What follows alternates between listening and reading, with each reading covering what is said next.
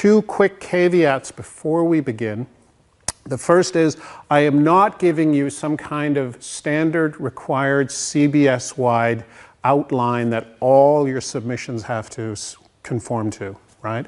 The exact outline, the exact organization of your papers is something you should be working out in collaboration with your teachers and supervisors, and of course specific to the project you're working on. So this is not a one-size-fits-all, and it's certainly not a set of rules that you have to conform to, right?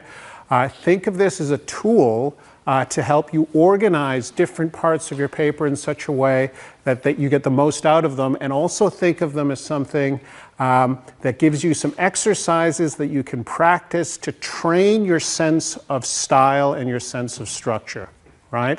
So these are kind of training exercises. One of the things I really like to say about especially writing, but also thinking in terms of structure, is that you're not going to become better at this by believing what I tell you tonight. You're going to become better at it by doing as I say. Again and again and again and again, and getting it to work for you, for your needs, for your projects, your kind of assignment, right? That's how it's the way you work it into your process that will give you something, not the way you lay it down on top of your process as some kind of structure that you have to have, right? Structure is something you build, not something you impose. Does that make sense? Good.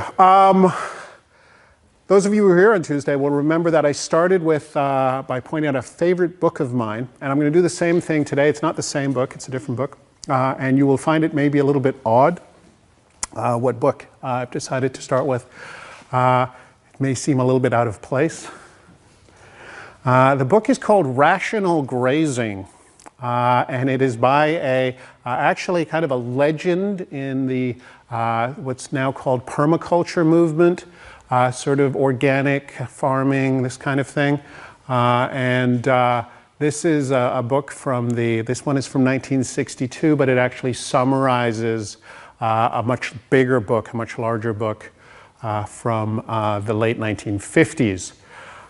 It is exactly what it says. It's about the meeting of cow and grass. It is about how to get the most out of your grazing, right? And like many books of this kind written by people who have thought very carefully about things and who've implemented things in practice and experimented and talked to other practitioners, in this case farmers, right? What these books have is this really, really interesting sense of depth. When you read one of these books, it's a lovely experience because the how-to-ness of it is founded in this experience, this competence, and this practice. I, of course, aspire to this in terms of writing. I would really, really like to be as competent about writing as Wasen is about grazing, and as Oliver Sr. from Tuesday was about drawing hands, right? So I'd like to be as competent as that. But I don't bring this book up for that reason alone. There's this diagram that I'd like to show you. And what you'll notice in this diagram is that it's nice and orderly, right? What we have here, I think you can see how this would work. You have some part of the paddock is set aside for where the actual cows are going to be. There is some part that is reserved for where they will be in the future. And of course, there's a part where they have been and where there's not so much grass where it's been grazed. And so the whole art to grazing is to move the cows from one part of the paddock to another part of the paddock so that the grass has a chance to rejuvenate. And I think you can start feeling the research process here, right? You are grazing your research results, right? But then you also want to let your data kind of rejuvenate and your sense of the facts rejuvenate as you're working on it, moving along to the next part, moving along to the next part, right? And this is one of the things that I want to try to get you to think about when you think about the structure of your assignments, the structure of your papers, is that what it lets you do is work for a couple of days on one part of the problem without actually solving, without overgrazing the whole thing and getting rid of all the grass, so now all we have is mud, right? And then moving on to the next, ooh, lovely grass over here. What you want to do is just graze it a little bit, make use of some of the nutrients you have over here, and then move to another part, make use of those nutrients, move over to this part, make use of those nutrients, and then you can move back again, right? to where the grass now has grown up again, and there's more ideas, more creativity, more life, right? And this is really the kind of, I guess, a metaphor that I'd like to get you to think about. But do notice the fences, right? I mean, notice that in order to get this to work, you have to mark off some territory, you have to mark off some patches of grass, and you have to keep the cows from going when they're not supposed to go. And what this is all about is focusing your attention on the part that you're working on right now, right? So when we're looking at these things that we're going to be looking at, I want you to imagine this metaphor. We'll return to it at the end at least. As some of you know, you should never start on a blank page, right? Now, how you avoid starting on a blank page has to do with the stuff I told you about writing paragraphs. And this is, so I'm going to do a little bit of a recap on this because it's really, really important that you remember that the thing you're organizing when you're organizing a paper is not words on a page, and even less so, ideas in your head, right? What you are organizing is paragraphs. What you want to make sure is you're arranging a sequence of paragraphs. A question I like to ask when I come out to speak to you on your programs is, how much do you have to know to write your research paper? How much do you have to know? And then, of course, it depends on the paper what the answer is. But a simple way of working out how much you have to know is to work out how many paragraphs you're going to write. So how many paragraphs have you got room for in a 30-page paper, for example? Probably around 40. Right? 60-page paper, you've probably got room for about 80 paragraphs. Right? Probably around there, maybe 100.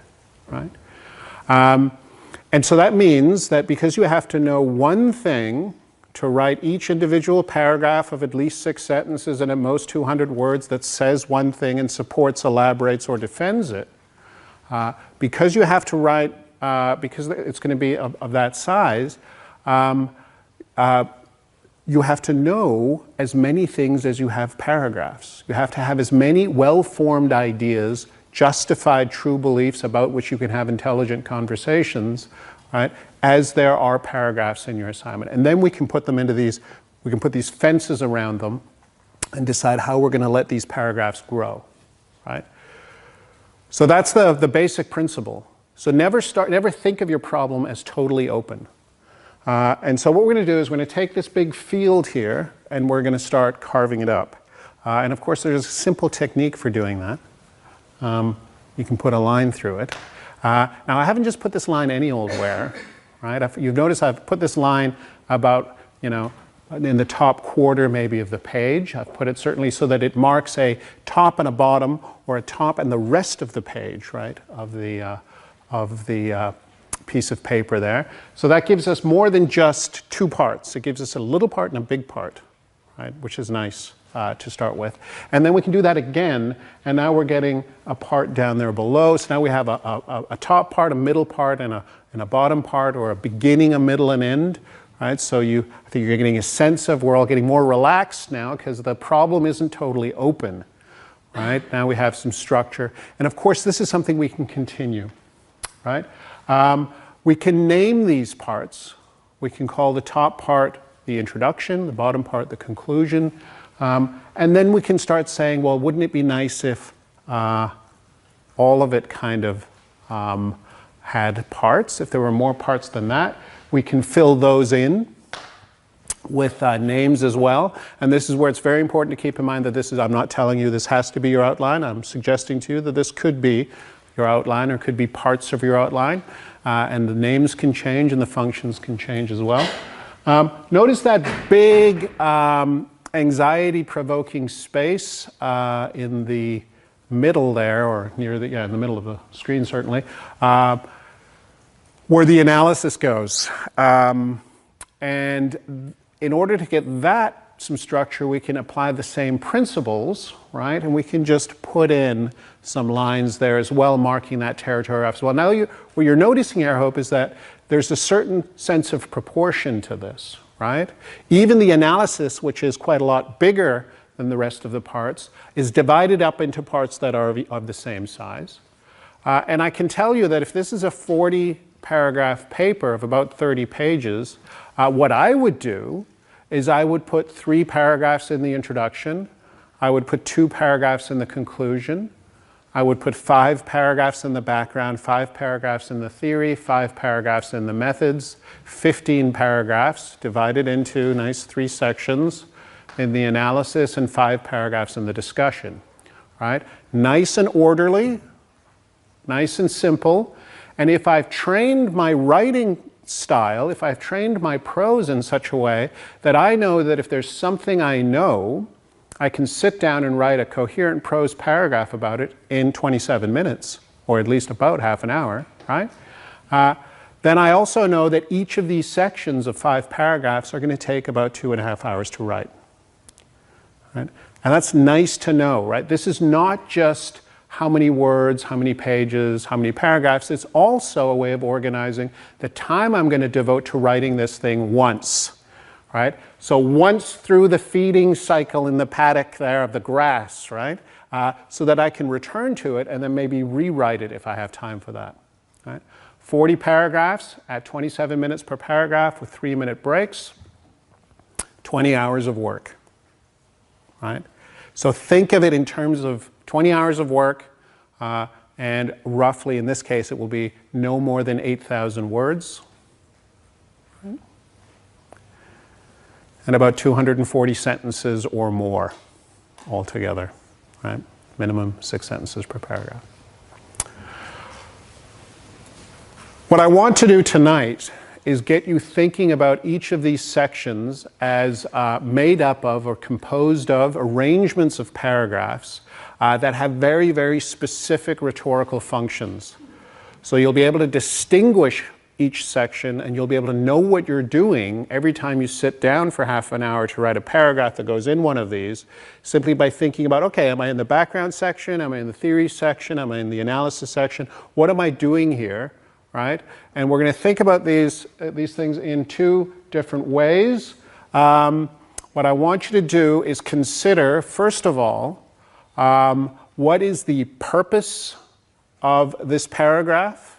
And how does the fact that it goes in the introduction or in the conclusion or in the theory, how does that fact define its purpose? What influence does that have on the purpose of this writing that I'm doing right now in this moment, right? And the other thing that I want you to think about is, how do I know? Right? So what do I want to say? Why do I want to say it? Right? And how do I know? What are my sources of this knowledge? Right? What am I going to invoke to justify my belief in this, right? What am I going to cite? What am I going to refer to, right? What's my basis for saying this, right? In Danish, we sometimes say, "Hvad er du ude på?" Right? What are you up to? Would be, I guess, the English way of saying that. And we sometimes say, "Hvad har du ahead of you?" Right? We kind of imagine a basket. What do you have to put it in, right? What have you got to hold it in, right? And that's really what the 2 questions are we have here, right? Where are you going with this? What are you trying to do? And where does your authority come from, right? Right? Why should I care? Why should I listen? Right? Why should I believe you? Right, so let's start. We'll just go through these one at a time. I think it'll be clear to you what will happen here. Now, the introduction and conclusion, the rhetorical purpose of these things is quite obvious, right? You're trying to open the ball, as it were. You're trying to get the reader oriented in what you're about to do and perhaps interested in it, although we'll talk a little bit about how important that is. After I've gone through all of the sections tonight, I'm going to go back to the introduction and conclusion and give you a kind of recipe for writing those paragraph for paragraph, so you can see exactly what I mean by what is a paragraph and how does it fit in. And like I say, I'm going to propose you write a 3-paragraph introduction, right? You can write a longer one if you have a much longer project that you're presenting, but if you can do it in 3 paragraphs, you're also in a position to expand to more, right? So I'm going to show you how you can do that in 3 paragraphs, right? Now, as soon as we've said 3 paragraphs, we've also said something very important about the reader's experience, and this is quite useful for thinking about when you're writing, is that you're occupying 3 minutes of your reader's attention.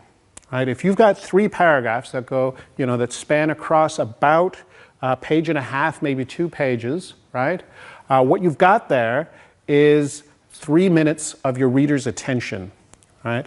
And you control what is going on in your reader's mind at that point. And your purpose here is to open things, right?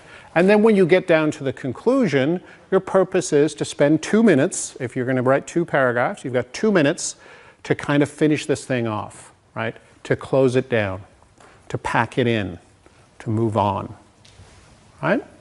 And it happens in the reader's actual mind in about 2 minutes, and you're deciding what's going to happen in the reader's mind in those 2 minutes, right? So what's the basis of the introduction and the conclusion? Well, this is where you're in really good shape as a writer, because you know best what goes in, where you got this from. You got it from the rest of the paper, right? The source that you're drawing on when you're writing the introduction and conclusion is your awareness of what's going to happen in the rest of the paper, and we'll see how that happens. Of course, that doesn't mean you're not also citing literature and so forth, but you're citing it because it's going to come up again later in your paper, right? You're not citing it simply for support, right? What you're doing is you're introducing it. So the basis of writing the introduction and conclusion is your knowledge of everything else. And this is why it's a really, really great idea to write your introduction and conclusion at the beginning, in the middle, and at the end of the process. And especially at the end of the process, right? Because at that point, you are the expert. You're the best possible person to introduce this project because you know what it says, right? So what is the background section? The purpose of the background section is to provide the reader with information. And what that really means is you're assuming, in this case, that the reader lacks this information, needs it, is ignorant of something important. So what's happening in the background section is you're all brought up in various disciplines, could be organization, theory, marketing, finance, strategy, whatever it is you're working on. Right? So you have some theories that you're drawing on, and those are theories you share with your reader. Right? So the reader is also schooled as you are. Remember, please, that your reader should be your peers. Right? So not necessarily your teacher and examiner, but you should be treating your reader like a peer. So think about the most intelligent, most serious, most enthusiastic student in your cohort. Like the really diligent and bright and committed student, this is the person whose attention you want to be engaged with, not so much your teachers and your examiners. They will be judging you based on whether or not you can have that conversation, right? But so imagine this student that you are talking to who has read the same things you've read in class, had the same class discussions that you've had, but what haven't they done, right? They haven't looked at the particular company or the particular country or the particular managerial practice or the particular team in the particular company, right?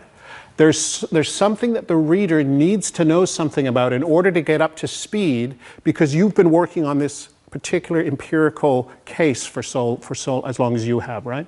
So there's something the reader needs to know that you can't expect the reader to know, even though the reader is the most intelligent student in your cohort, right? The most intelligent, most serious student in your cohort. Does that make sense? There's things that it's just reasonable for them not to know. And so you can be a little bit helpful, maybe even a little bit condescending when you're talking about this. Dear reader, I'm explaining this to you as though you don't know it. Right? It's one of the few places where you can talk like that. And there's a few paragraphs of that kind where you're providing that sort of information. It's a straightforward task. It's really useful to have practiced writing in that mode, right? To present information that the reader will find useful in understanding the rest of the paper. Right? But on what basis are you saying this? And here this is an important distinction to make, right? Because you're going to learn a great deal about this company that you've studied or this country you've studied or this practice that you've studied, right? A lot of that will come out of your empirical research, A lot of it will come out of what we would call your data collection process, right? So you'll have done some ethnography, or you'll have done some interviews, or you'll have done some document analysis, you'll have collected documents, and this will also have given you a bunch of information about your object. But what you have to be very careful of in your background section is not to use that information to which you have privileged access, right? Where really only you can say for sure that this is the case because you are the one that's collected the data, right? So what we want to do when we're talking about our sources for the background section is think of them as publicly available, right? So the sources you're using in the background section are sources that the reader has access to so that when you cite them, right, the reader can check whether or not what you're saying is right. A really, really good example of this is that sometimes you will want to tell the reader that the company you're studying is very profitable, right? And you might know that the company is you might have first heard that the company is very profitable because you talked to the CFO of the company, right? In an interview setting, in a semi-structured interview, you were collecting data and the CFO assured you, we are a very, very, very profitable company. We've been doing really well over the last 5 years, doing a great job for our shareholders, right? Now, in the background section, you might want to tell your reader that the company is very profitable. But do not use the interview data to support that assertion. Because of course the CFO is telling you that the company is profitable, right? The source you want to use to establish that the company is actually profitable is something like an annual report, some market data, right? Publicly available information. I mean, you can even cite newspapers like Financial Times, right? What you want to make sure is that this company's profitability has been established by means other than somebody who's as implicated as the CFO, right? So you want to distinguish between using your data as a source, which you'll use to establish other things, right? And using publicly available sources to establish something. And you know you're working on the background section when you're not using your data. Right, when you're looking for verifiable third-party sources to establish facts, right? And I can tell you, we have a lot of librarians over at the library where I work, right, that are happy to help you find this kind of source, right? Find this kind of material, this sort of evidence for facts you want to say. I don't want to make too many fine, subtle distinctions of a philosophical kind tonight. We can have many conversations like this. But what I sometimes say is that your background section is factual, but it's not empirical in the sense that it's not based on your own methodological observations, right? So it's not the empirical part of your paper, but it is a factual part of your paper, right? There are facts here, and you have determined these to be the facts, and you have sources that you can refer to. Right? I hope that's pretty clear. That's a nice kind of section, right? It's a great kind of prose to be able to write, and you should be, as ever, expressing beliefs that you have formed about the company, the region, the industry, the country, the practice, the policy domain, right? Whatever it is that you are interested in, but on this basis, right? Let's move on. Because if the background section is based on publicly available sources, the theory is based on the literature, the scientific literature, right? How do you know that you are drawing on the scientific literature? One question is, are you using writings that are available in scientific academic journals, right? This is, again, the library can help. If you're in something like Business Source Complete or Academic Search Elite, and you click the little tab that lets you filter out everything other than academic journals, right? Then you are probably, and you're using those sources that you found by this means, you are probably using the scientific literature, right? This is certainly a conversation you want to have with each other in whatever groups you're working in.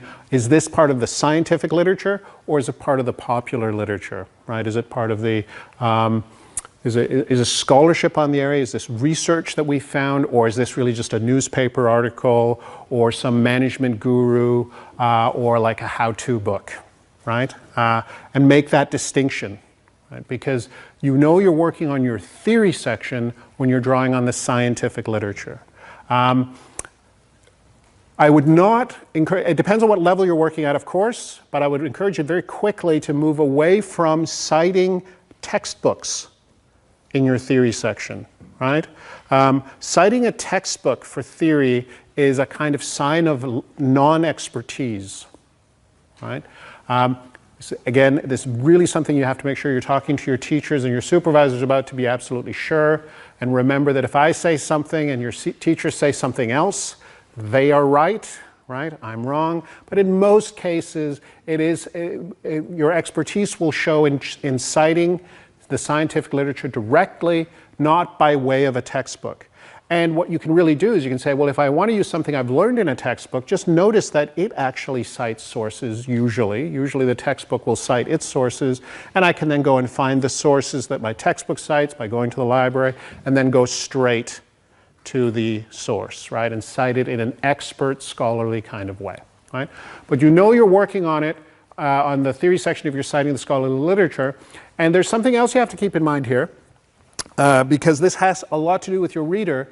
This literature is just as available to your reader as it is to you. And in fact, there's a kind of implicit requirement of your reader that you can make. You can make a demand of your reader that they are familiar with this literature, right? Your reader is ideally familiar with the theoretical literature you're citing. So you're going to be addressing somebody as though they've read it. You're not going to be teaching them the theory.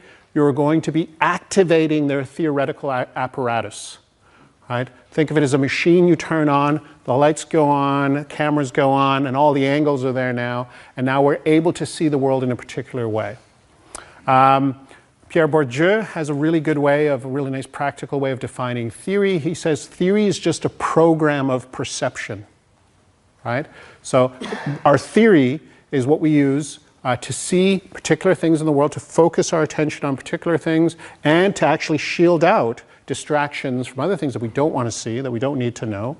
So it focuses our attention on things, and it's the way I see the world as an author, and it's also the way my reader sees the world. Right? I just have to remind the reader of what theory we're using here, and then the reader will turn on the same focus, right, and move their attention in the same way that I'm trained to see the world. The reader is also trained to see the world that way, right?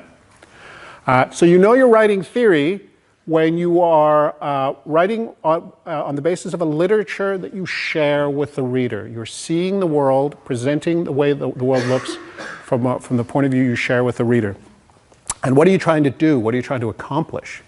You're trying to get the reader to expect something of your object, right? So you're building, everything you're introducing here, the entire conceptual apparatus, all the theoretical notions you'll be introducing, the model you'll be describing in the theory section, right?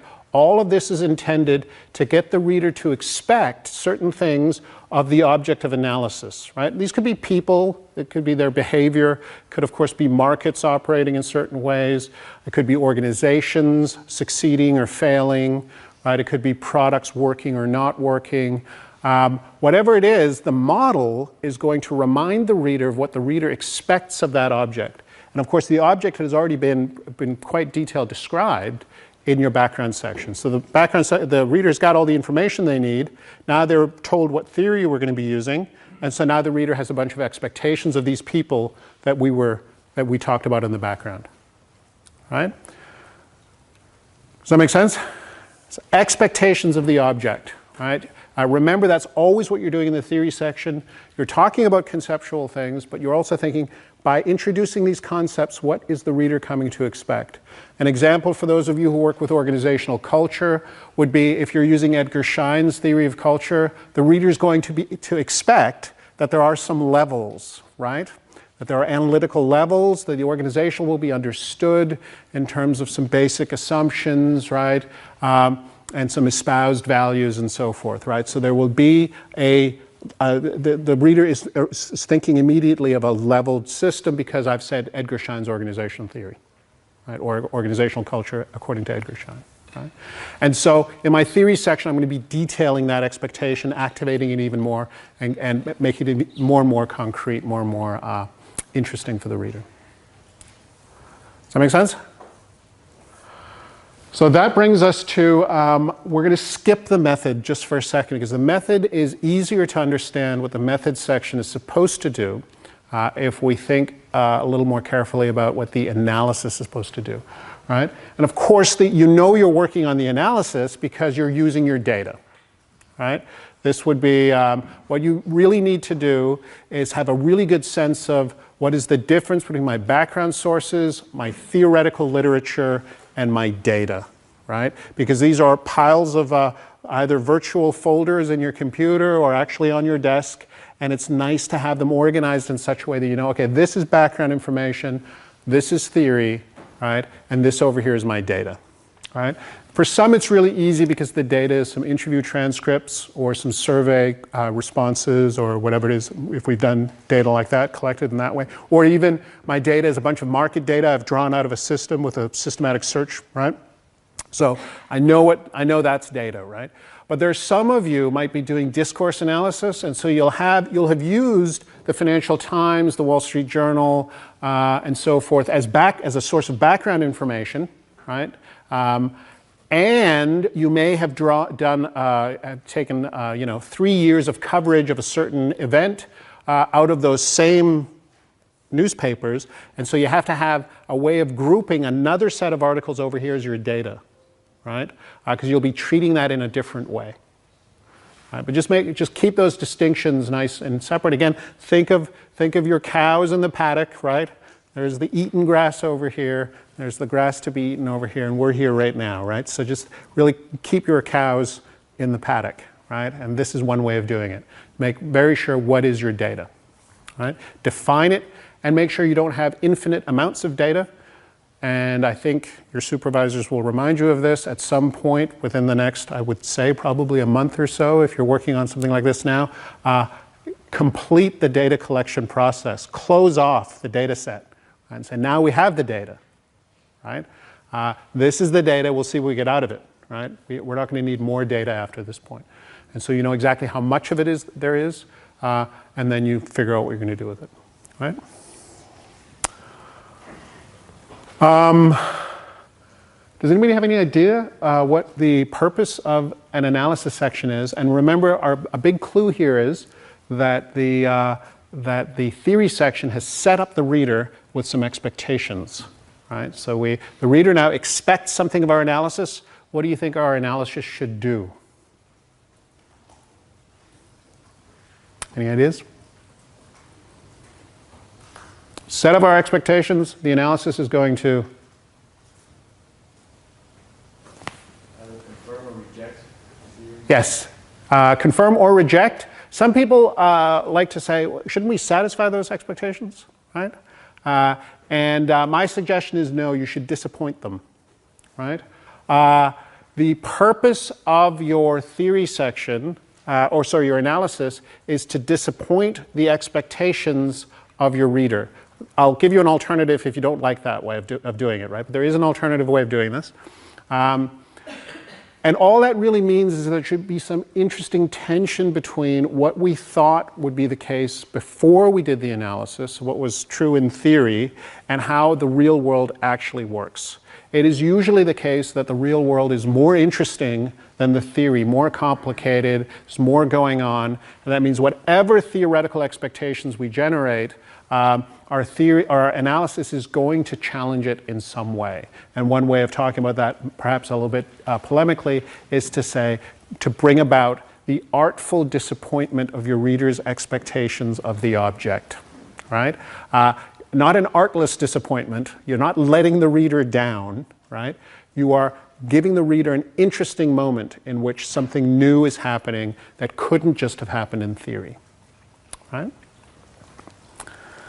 So it feeds back, right? There's got to be this interesting tension. If that is the case, right? If that is the case, then we now know what the method has to do. Because The natural thing to do when you meet a disappointment is to reject the experience, right? So that was disappointing. I'm going to try to forget it as quickly as possible, reject it, and move on with my life, right? In science, what that means is we are unsatisfied with the data. So in science, what we'll do is we'll say, I have this wonderful theory. You have this result that seems to challenge my theoretical expectations, so there must be something wrong with your data, right? That's got to explain it. There's nothing wrong with my theory, but there's probably something wrong with your data. So what you do is you use the methods section to gain the reader's trust so the reader won't do that. Right? You explain to the reader what you did, right, what your actions were that ensured that you have a high-quality data set. Right? You explain how carefully you chose the people you interviewed.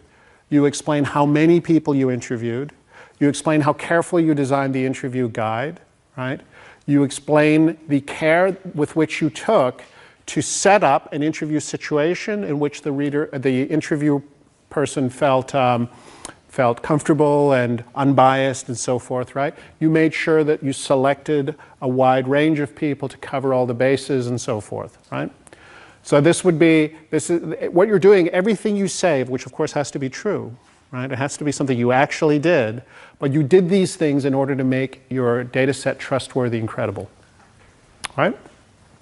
And of course that goes for designing survey instruments. It goes for how did you partition the data, how did you get the data out of the database, right? If you're using a big market data like from Bloomberg or something like that, you would explain how you extracted the data, how you constructed the data set, right? To make sure that the reader thinks, yeah, this is the kind of data that if it shows something that I didn't expect, I'm going to accept that disappointment, right? I'm not going to push it away. I'm going to learn from it, right?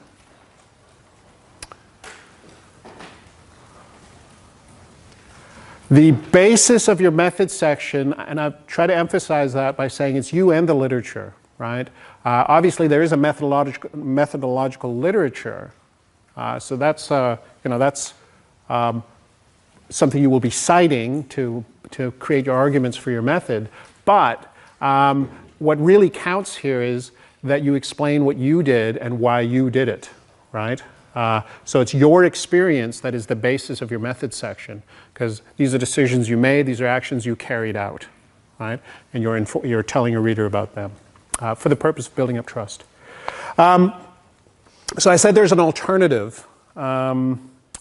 This comes actually from people kind of pushing back against it, saying this sounds a little bit positivistic, a little bit hardcore, a little bit hard sciencey, hypothesis testing-ish. We don't do it that way. We're more grounded. Someone's use a more grounded theory system. And so Marshall McLuhan, you may know who Marshall McLuhan is, a Canadian communications scholar from the 60s. He used to say, if you don't like my ideas, I've got others. And so here's another one, which it would be an alternative to this. It's just as good. What you do is you say, all right, I need some kind of interesting tension between the theory and the analysis. So what I'm going to make sure is in the theory section, I'm getting my reader curious about specific things, right? So I'm focusing my reader's attention in such a way that the reader's expectations are actually a sort of eager curiosity about my object. And then, of course, I'm going to establish my own authority as a storyteller, as a narrator, right? By saying, how did I get the experiences that I needed to get in order to tell this story, right? And then I will satisfy the reader's curiosity. So there will be this feeling of tension and release that has obviously a literary feel to it rather than this more scientific feel to it, right? But there is that alternative. Just remember to create some sort of interesting tension between the theory you set up and the analysis that you provide so that they contrast in an interesting way, right? And that also keeps the projects in those three sections, the theory, the method, and the analysis, quite separate. You can see that you're doing completely different things, right? And so when you sit down and write those paragraphs, you're not getting distracted, you're able to focus and stay on task, right? We're getting closer to the end and the discussion. And what I want to say is that there are really two ways of doing the discussion. And of course, this follows on the idea that something interesting happened in the analysis, right? The reader either got this satisfying sense of my curiosity was satisfied, or got this intellectually interesting disappointment of their expectations. And so now we have to ask, well, now what? Right? What are the consequences of the fact that the analysis has pushed back against, is in some kind of conflict with the theory? And there's really two ways of resolving that tension, that conflict, right? One of them is the classical scientific way of doing it. So what you do is you say, all right, the theory expected certain things. We built a model in advance of analyzing the data. Then we confronted the model with the data, and it turns out that the model missed some things, didn't get some things right, failed to predict certain things. And so what we're going to do is we're going to explain how the model needs to be adjusted going forward, so that next time, if we were going to do this sort of research again, we would go into it with a different set of expectations, and we'll use the discussion section to explain how the theory is going to change. Right? One question I often get at this point is, wait a minute, we're just students. We're going to suggest changes to the theory? Isn't that kind of out of our pay grade? And what I'd suggest to you again is, don't think about your teachers and their peers as your reader. Think about your peers as your reader and say, all right, what we did in the theory section is we provided a reasonable reading of Edgar Schein or Carl Weick or whoever it is that we've used, right? We provided a reasonable reading at our level, first, second, third year, or master's level, right? So we provided a reasonable reading of the literature, and at that level, once we went out and looked at reality, we were still able to learn, right? We were still able to get some input, and so we're going to go through that same motion of confronting our theoretical understanding with the empirical reality and getting smarter, and we'll demonstrate we can get smarter, right? Even if we're only getting ourselves up to the level of the actual practicing researchers in the international research community who attend the Academy of Management conferences, right?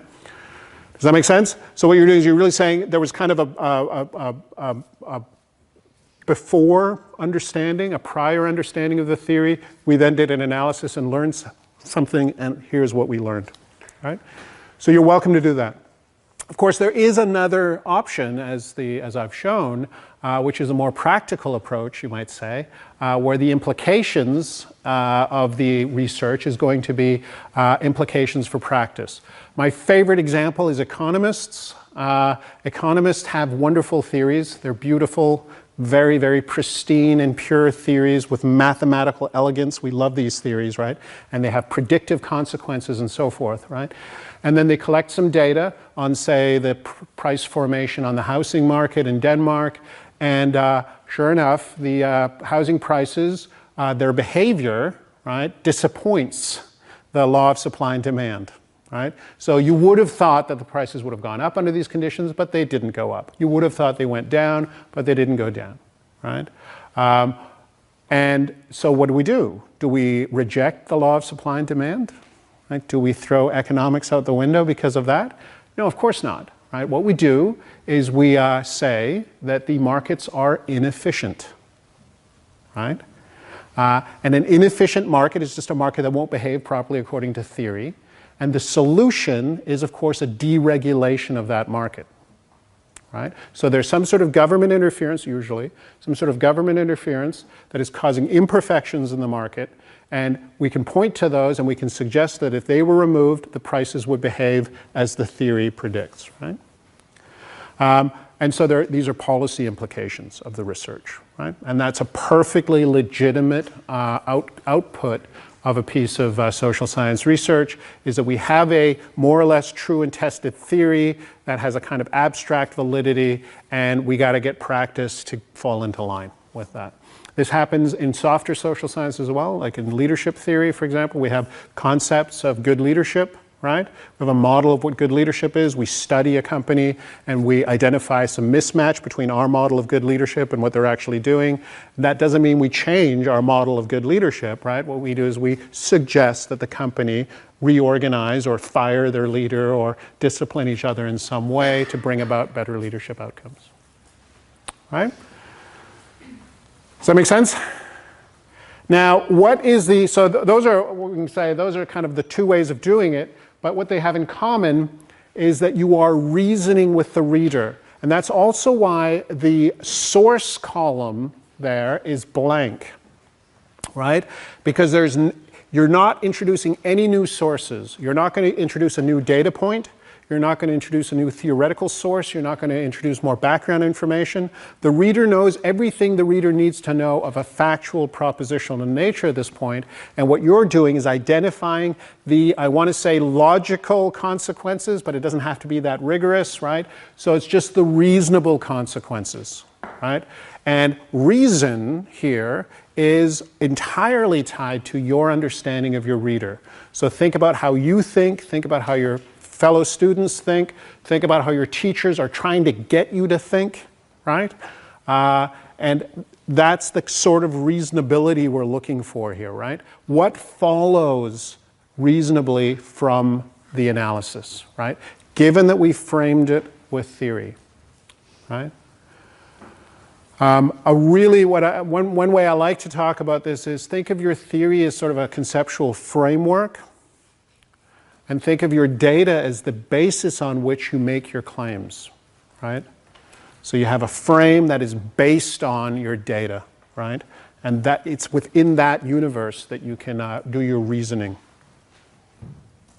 right?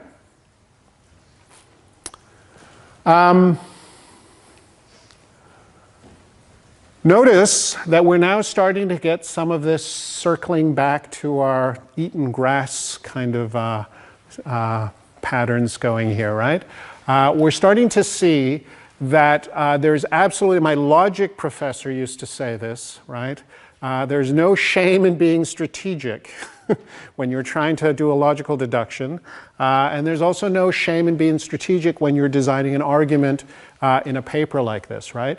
You're always setting yourself up so you can produce certain effects in your analysis that will then have feedback effects on the expectations you started with, right? Notice that if you have theoretical consequences, they of course will primarily go back and modify the understanding that we presented in the theory section. And there's a certain amount of rational reconstruction you can do here to kind of sharpen the difference between our theory going in and our theory coming out. Right? Even if it wasn't maybe narratively exactly that way we did it, right? Well, we might not have had that clear an understanding of theory as we went in, but we can construct a theory that a reasonable scientist in our field would have had going in, and then construct a reasonable transformation of that theory on the basis of the analysis, right? So we can think about this. The reason we're doing this, we want to write the theory this way because the analysis is going to show this, and that will let us say, let's modify the theory in this way, right? All of that demonstrates competence, sophistication, and nuance. If your implications are going to be practical, so let's say you are going to propose a policy change or a change in management practice in an organization, right? So let's say then of course what you want to do is make sure that in your background section you describe the organization or the policy domain in terms of the very legal framework or the organizational structures that you're going to propose changes to, so that the reader understands what you're saying when you're discussing something, right? So you explain what the law is now if you're going to have somebody change it, right? You explain who the leader is and what they're doing if you're going to suggest they be fired, right? You make sure that we have the information we need to understand your discussion, right? Because they're going to feed back in this kind of way.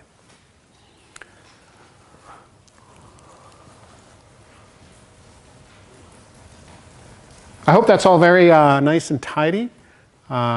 Simple and kind of gives you something to remember. That the best way of doing this as a writing strategy is to really make sure, okay, there's going to be 40 paragraphs, so there's going to be 80 paragraphs.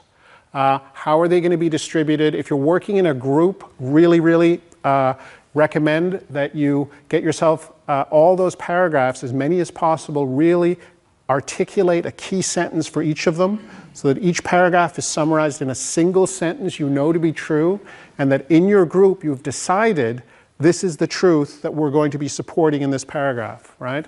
And then in the sections, there'll be arrangements of paragraphs, 5 or 10 paragraphs in a section, right? And they will all add up to this argument, and then you can really have that conversation. A good strategy for writing is to write the introduction, 1, 2, 3, first. I'll show you that in a moment. Then maybe even write your conclusion, right? Or at least a gesture at it. Then go back and write 2 paragraphs for the background section, 2 paragraphs for the theory section, 2 paragraphs for the methods section, 6 paragraphs of analysis, 2 paragraphs of discussion. You've now got 18 paragraphs, almost half of the 40 paragraph papers now done, right? And you've moved through the entire paddock, right?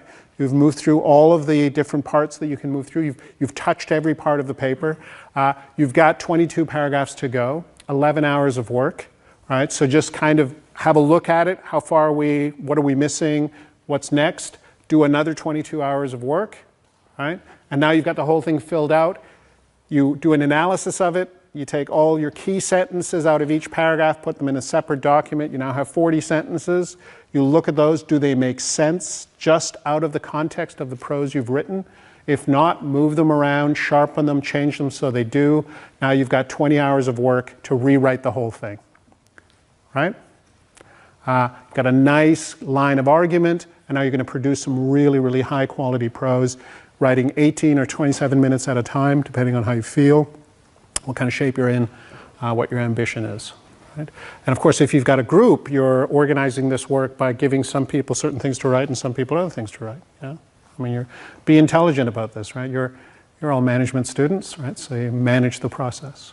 Right? Good. Let's collapse that down. Stop thinking about the whole thing. Imagine that has been done in, like I say, about 20 hours of work, and really focus on the rest of the, the introduction especially. Now what I've been saying is that the introduction would have maybe 3 paragraphs. Of course, there are lots of things I'm going to leave out here, and these are things that might actually be of interest to you. What I would suggest you do is you think 3 paragraphs and you give them very specific topics. So the first paragraph is going to be about the world in which we live. This is one of the few places where you can imagine that your reader will be bored. Right? You shouldn't really imagine this because your reader is a peer who's interested in the same things you're interested in. But you're going to say something that is uncontroversial, right? And you're going to try to make it interesting. The reason you want to say something uncontroversial is it's the first minute of your reader's attention. You don't want to start off in a world that's completely mad compared to what the reader thinks, right? You want to start off in a world that the reader recognizes, and then you want to make it interesting, right? Think of something like the internet has changed the way businesses communicate with their customers, right? Boring. We all know that, right? But if you're knowledgeable about business to consumer communication, if you have some knowledge about that, you're able to tell that story in an interesting way. You're able to position us in the present, right, with the internet doing the things the internet is doing in an interesting way. So learn how to do that, right? At least 6 sentences, at most 200 words.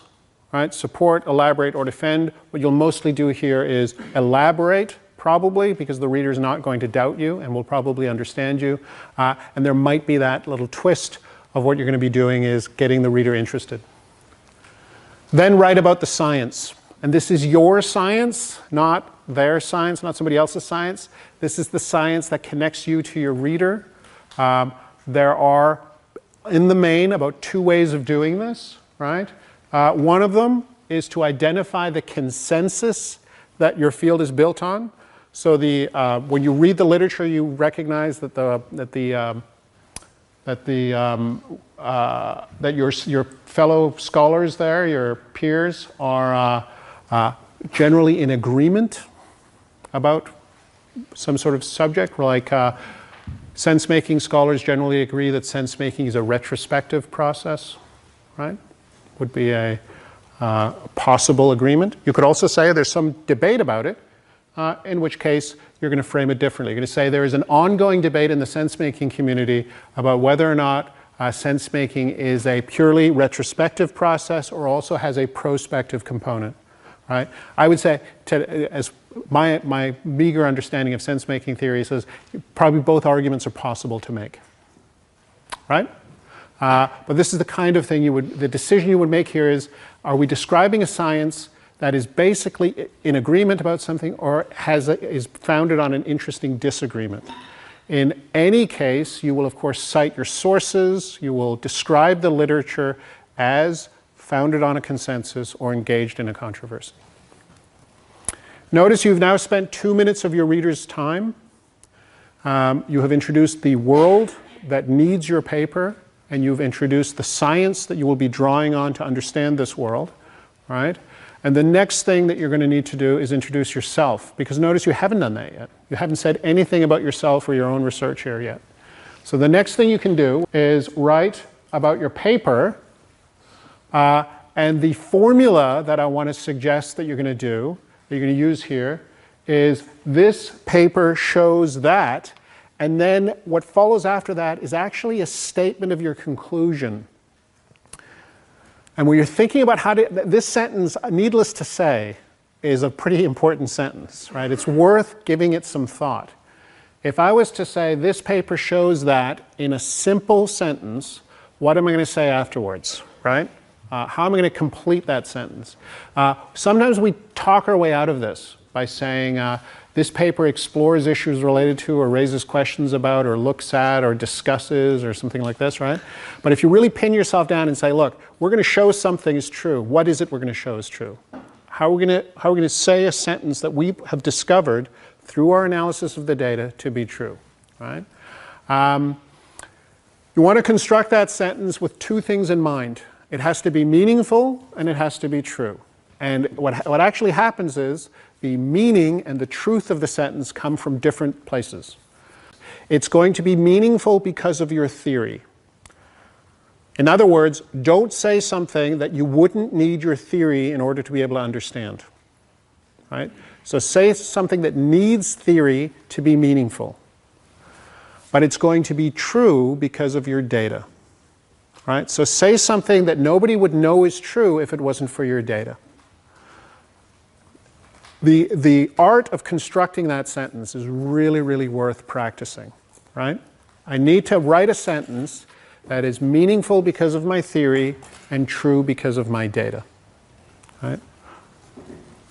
That will really, really help. Now, if you do that, and then you notice that the sentence, the key sentence of this paragraph, paragraph 3, isn't actually your conclusion, but is a statement that mentions your conclusion. It doesn't assert your conclusion. What it asserts is, here's a paper that is going to show that the conclusion is true.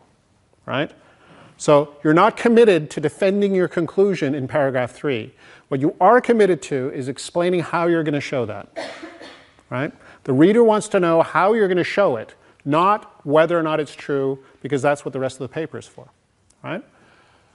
So what you do is you write a paragraph that looks roughly like this. This paper shows that something. It is based on your interviews or whatever methodology that you use. So you describe in a couple of sentences your methodology. Right? The analysis then reveals particular things. So let's say that I did interviews. It is based on 27 semi-structured interviews with executives in the organization, right? Their view is blah, blah, blah, blah, blah, right? That's what the analysis reveals, right? The analysis reveals that they believe this, they think this, they feel that, they're hopeful about this, and so forth. And this has profound, perhaps, implications or just implications for either theory or practice. Right? And I think you can see kind of where this is going. What people sometimes like is to have an example, and I'll explain that to you in a second. Notice that the second to last paragraph that I've just named N here, because we don't know for sure, it could be paragraph 39, whatever. The first paragraph of your conclusion is going to take C without this paper shows that, and it's going to assert it. And it's going to assert it at the highest possible level to a reader that has followed along through the entire introduction, background, theory, method, analysis, discussion, conclusion, and now we're at the conclusion, right? And the reader is going to get it straight, as it were, right? I just recently watched a stand-up comic say a long spiel about give it to me straight, like a pear cider that is made from 100% pear, right? This is how you want to do it. At the end, you want to say, my reader knows everything my reader needs to know to get it in the most direct, least embarrassed, least blushing, least qualified way possible, because all the qualifications have been presented in the paper. So I'm going to try to show you how that works in practice. This is a paper that I've written. I've decided to choose a paper of my own just to demonstrate that I can do this, win some credibility perhaps. You'll notice that the first paragraph is really just a telling of a story. It situates us in a world where we have a forest fire and an accident involved in fighting this forest fire. We then have a paragraph following on that, which summarizes the consensus among sense-making scholars about what went wrong, that what went wrong is a cosmology episode, and we then finish up with a paragraph where I say, in this paper I show that sense-making did not play a significant role in the death of the smoke jumpers in Man Gulch, which is to say I'm trying to disappoint my sense-making scholars, the readers of this paper, right? I'm trying to say, look, we have this general idea that it was a failure of sense-making that caused this disaster. I don't think that's the case, and I'm going to provide an analysis of that. And I then outline, of course, how I'm going to go through that and what the implications of that will be, right? One of the things I'd like to convince you of is that when you've written an introduction like this, you have in fact introduced the entire paper, because what you'll notice here is that the introduction, of course, is just the introduction. Yeah. The background section has been introduced in paragraph 1. The theory section has been introduced in paragraph 2. The method section has been introduced in the second and third sentence of paragraph 3. The analysis section has been introduced in the third, fourth, and fifth sentence of paragraph 3, and the discussion has been introduced at the end of paragraph 3, right? So there we go. We've introduced the entire paper through a simple structured approach. Obviously, it's because we structured our paper in a particular way, and then we designed the introduction in such a way that it was able to introduce the whole thing. Some of your supervisors will still want you to have an extra paragraph that expresses directly your research question, right? I would probably suggest you put that between paragraph 2 and 3, according to my model, right? And some of your teachers will also want you to actually say, this paper has 5 parts. In the first part, I do this. In the second part, I do this, and so forth. Ideally, this would make it unnecessary because you have really done that. But sometimes we like to really telegraph that information very explicitly.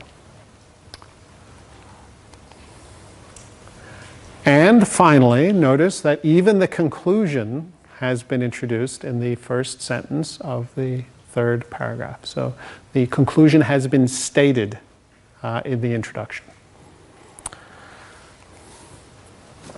If we tidy them up like this, these are slightly edited for effect here, just to sharpen the point. This paper shows that the Man Gulch disaster was not a cosmology episode. And notice the conclusion is the Man Gulch disaster was not a cosmology episode. And notice that we have the difference here between those two is simply those first 4 words. You can have a larger difference if you want to be a little more stylistically experimental, so you express them more, even more differently. But I would say try to keep the content roughly the same. Notice that a cosmology episode is a theoretical notion, right? Which means I can't understand this sentence if I don't know what a cosmology episode is. I have to be a sense-making scholar to get it. Right? Notice I'm asserting something very direct, and it's something that pushes against the expectations of the field. Whoops. Against the expectations of the field. And I need my data, right? I need to look at what happened in Man Gulch in order to make this determination, right? In order to make this assertion. So I have a sentence that is,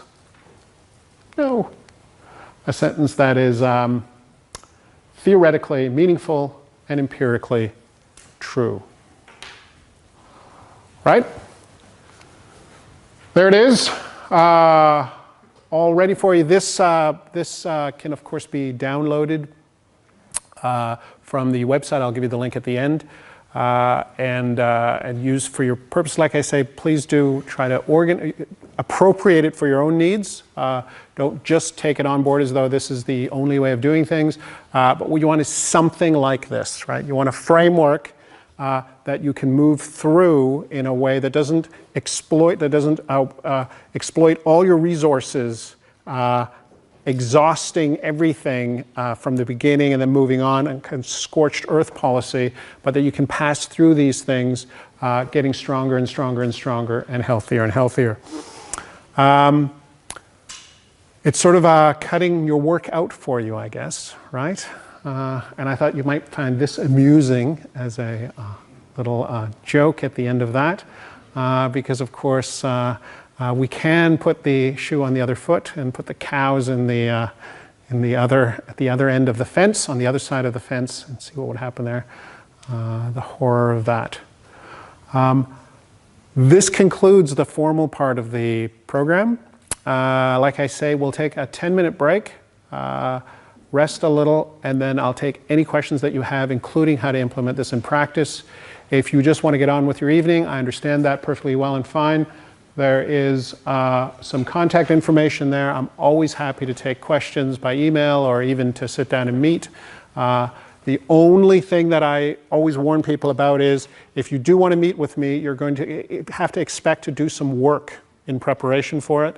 It's my one really good filter, which is as soon as you contact me, we'll decide what you'll do, and then you'll go off and do that, and we'll talk about how that went.